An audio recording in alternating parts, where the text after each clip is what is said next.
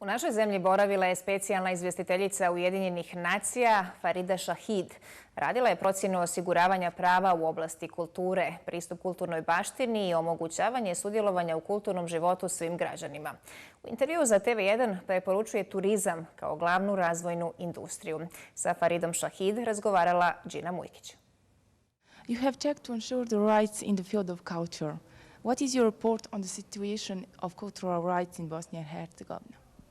I'll be making a full report in a few months, but immediately my impressions from being here are that there are many challenges which remain, but there are also achievements and way forward. To me, cultural rights is really enabling everyone to be able to access, participate, and contribute to cultural life, and in all its diversity, as a way of life, not just artistic expressions. And to do this without any fear, without any restrictions being imposed on what you think, how you meet. Therefore, I think it's really important that you have spaces here which are available, which are neutral, which are not manipulated by political agendas that allow people to meet and create new identities as well as access their cultural heritage. I think in the country, because of the difficulties of the years of the war, there is a tendency now to have a very separated educational system, separated cultural system, yet the cultural heritage of this wonderfully rich, diverse country is multiple. It has different strands to it, and that needs to also be recognized, that what was here, I was told by somebody, we had to learn the word multicultural to talk to international journalists, because for us it was our culture, that was the way it was. And I think that also needs to be recognized. Did you talk to government's official authorities, and what did you learn from them? I think the situation of the administrative structure in Bosnia and Herzegovina is very complex. So yes, I spoke to many different authorities at different levels, people from the government. I think there's a recognition that there's a need to move forward.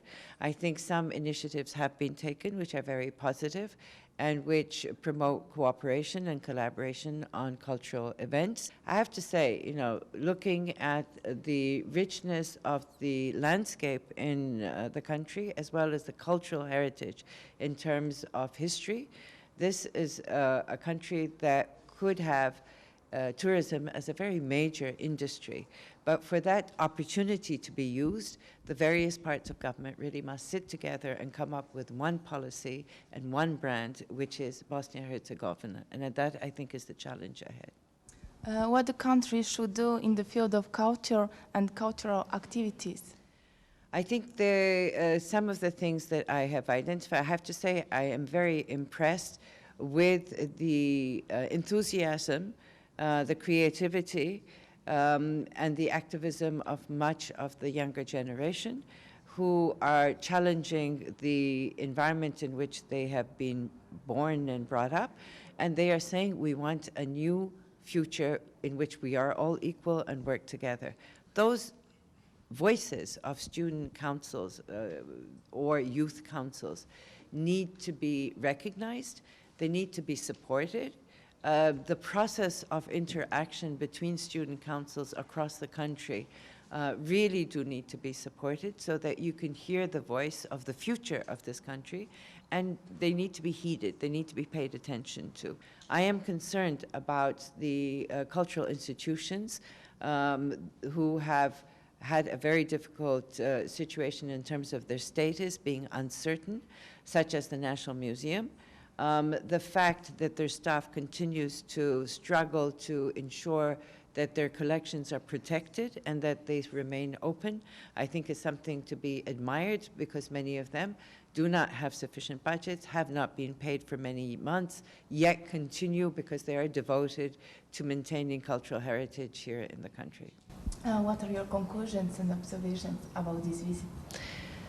As I said, I think there are many initiatives that are happening at both the civil society level as well as informally and sometimes formally at the government level. I think these indicate that it is possible to do so. and the ways forward. One of the teachers in terms of education said the solution is not to separate children, it is to separate the blackboards. And you have children within the same schools, learning different languages, learning cultures, but together. And as I said, to me, cultural rights is really about accessing not just cultural heritage of your community, however that may be defined, but of everyone, so that you can understand and continue to be creative. So this is my advice is to the government, is to build on the wonderful resources that exist here. And there are many people, institutions, academics, people working here. Those resources need to be pooled together and built upon. Mr. Shaheed, thank you for your time and for this interview for TV1. Thank you very much for having me here.